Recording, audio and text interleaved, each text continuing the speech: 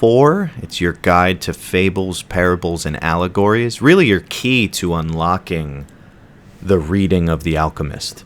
It is difficult to understand The Alchemist if you do not have some working knowledge of fables, parables, and allegories. So as you can see on the screen, this is the same image that's provided to you in Brightspace. It is a Notebook LM created image, so that is something that you guys can go to Notebook LM and create as well, and it'll give you different ones, but it just gives you some examples and some differences of parables, fables, and allegories. You can look at that at your own time. I'm going to go through my own slideshow here. So you cannot treat The Alchemist like a standard history book or a realistic fiction novel, because you will be very confused if you do. The author himself has even referred to his work as a fable, as do many others, many literary scholars, many people who have talked about this book. It is a super famous book, but some others do debate that it's actually more of a parable, and we're going to engage in that debate a little bit as well.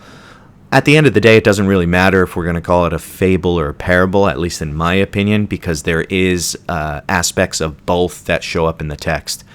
Regardless of which one you're going to call it, we need to know that it is highly symbolic. It is not so much about the plot of what happens on the surface of the book, but it's more so what's being said underneath. The reading between the lines, the seeing what things are representing and what the author is trying to teach us about ourselves, really. So first off, allegories. This is the umbrella term. You've no doubt have heard this before. Fables and parables are both allegories. So a fable is an allegory, a parable is an allegory. But the allegory itself is its own term. It's kind of like the parent category. At the very minimum, an allegory is a story with a double meaning. The true meaning lies beneath. And that means when you're reading a fable, that same thing applies. The story, yes, something specific is going to be happening on the surface, but really the point of it all is what's happening beneath the surface. Same thing with a parable. And we're going to look at some of those as well. So if you're trying to differentiate between a fable and a parable, I'm sure there's more nuance to this if you want to be pedantic about it, but ultimately, as I see it, fables typically will include animals or some type of nature characters, like a talking turtle, a talking dog, a talking tree. Maybe the wind speaks. Maybe the sun is a character. These by nature are also didactic and pragmatic. Now these are higher level SAT words, so I'll break them down for you.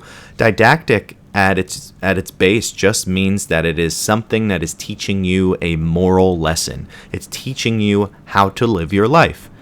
The pragmatic part just means practical.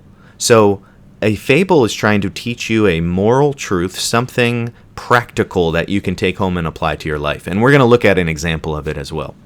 A parable, on the other hand, typically will have human characters. So right there you already see a big difference between fables and parables. Fables are going to have the animals. That's why a lot of children's literature is typically going to be fables, whereas a lot of parables are going to be intended more for adults as the audience, as the intended audience. But not only do parables have human characters, their meaning kind of shifts to be more deep and spiritual or a psychological truth, which is why it makes sense that parables typically are going to be intended for adult audiences rather than children. Now, that does not mean that an adult can't read a fable. It does not mean that a child cannot read a parable. We often do. But typically, one is more geared towards children and the other is more geared toward adults. That's just a general overview.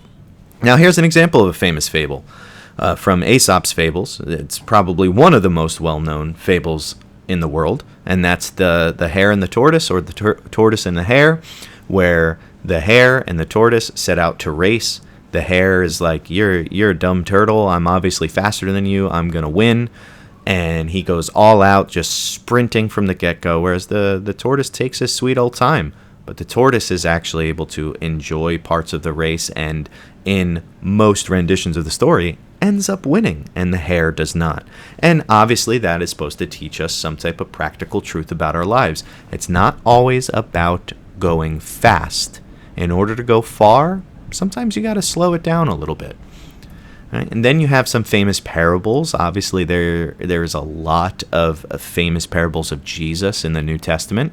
So you have on the left an example, the parable of the lost son or the prodigal son, and then you also have the parable of the talents. Notice that the differences between these is here, the fable has animal characters who are talking and they are personified. We could even say that they're anthropomorphized, which means that they're taking on human-like characteristics, whereas the parables are very much about real-life scenarios. Nothing magical is happening, nothing weird is happening, nothing outside of the ordinary.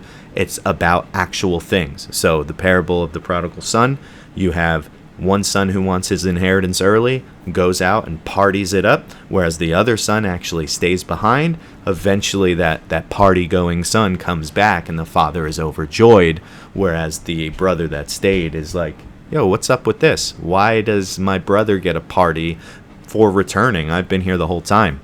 So, again, that's an actual real-life scenario that could happen. The parable of the talents, the master, the owner of a specific piece of property and business is going away, and he gives his workers a specific amount of money or talents to keep track of. One basically buries it, hides it. Another kind of invests a little bit of it, and the other, who received the most, also invested the most and earned more money back.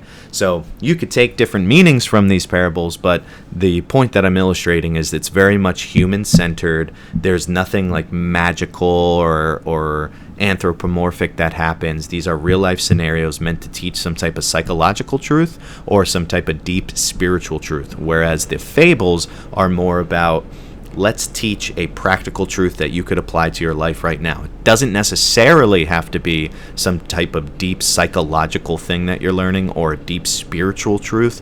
It could just be something as simple as, and this is why you should clean your room, or this is why you should stop and smell the roses, right? So that's why fables typically are more for children and parables more for adults. Now, a famous allegory, though, that is not a fable and is not a parable is the Pilgrim's Progress. It's one of the most famous allegories in the world, in which everything that happens there has a symbolic meaning. The character's own name is Christian, and he is supposed to represent Christians. He is going to have a burden that he carries on his back, which is a literal backpack, but it's also what he's burdened and slowed down with. He's going to meet other characters that are named after specific sins or specific whatever, take your pick of something that can be symbolic.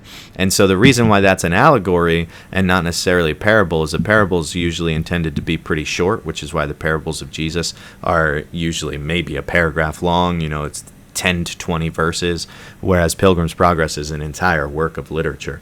Some people like to call other works of literature allegories, and this is where literary analysis and nuance can come into play. For example, allegories typically do have some type of journey a lot of the time, and the journey itself is symbolic. Pilgrim's Progress, there's a journey, right? You could think of others as well. So something like The Lord of the Rings, there's a journey. Wouldn't necessarily say that's an allegory, though, because the stuff that's happening on the surface is actually happening, and it's more so about the plot of that world and what's going on, and those characters are actually making those decisions. Not everything is having a symbolic meaning. Whereas the Pilgrim's Progress, literally everything is symbolic. Right. Then lastly, what I want to cover is archetypes. Archetypes are found in all of those types of literature that we just discussed, parables, fables, and allegories. Archetypes are also found all over the place.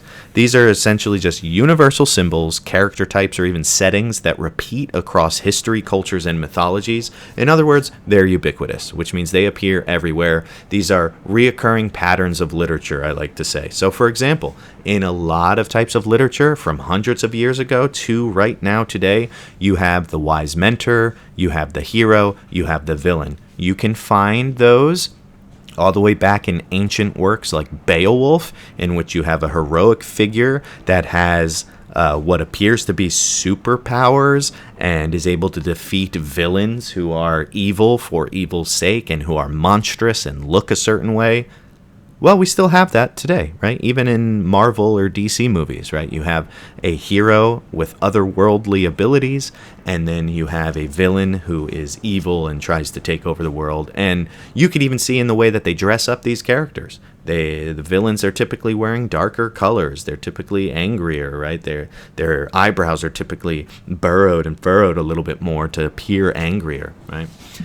Some other examples is like the actual quest. A character in the beginning doesn't want to really change his life, but then he's kind of forced into some type of adventure, a la Lord of the Rings, right? You have things like the Fall, a character who it seems like everything is going great for them, but their world kind of blows up, whether literally or metaphorically. And then you also have ideas of like the wasteland versus the garden. You see that a lot of times in literature, where there's this paradise that people are trying to get to, but then there's also this wasteland that could be more apocalyptic. It could be more desert. You see that a lot, even in something like the newer Lion King movie Mufasa, right? They're trying to look for Malele, which is their paradise place that they want to go and live, whereas everything else has kind of been wasting away and defeated by other lions who are kind of taking over. So you have the wasteland versus the garden. You also see aspects of that in Lord of the Flies. You see it obviously in the Bible. You see it all over the place. And so there you have it. Those are fables, parables, and allegories. Just a quick little snippet of what you can expect when you're reading. As you read The Alchemist, look for underlying meaning. The things that happen in the book, yes, they are actually happening. It is the plot, so the character is going on a journey. The character is doing this.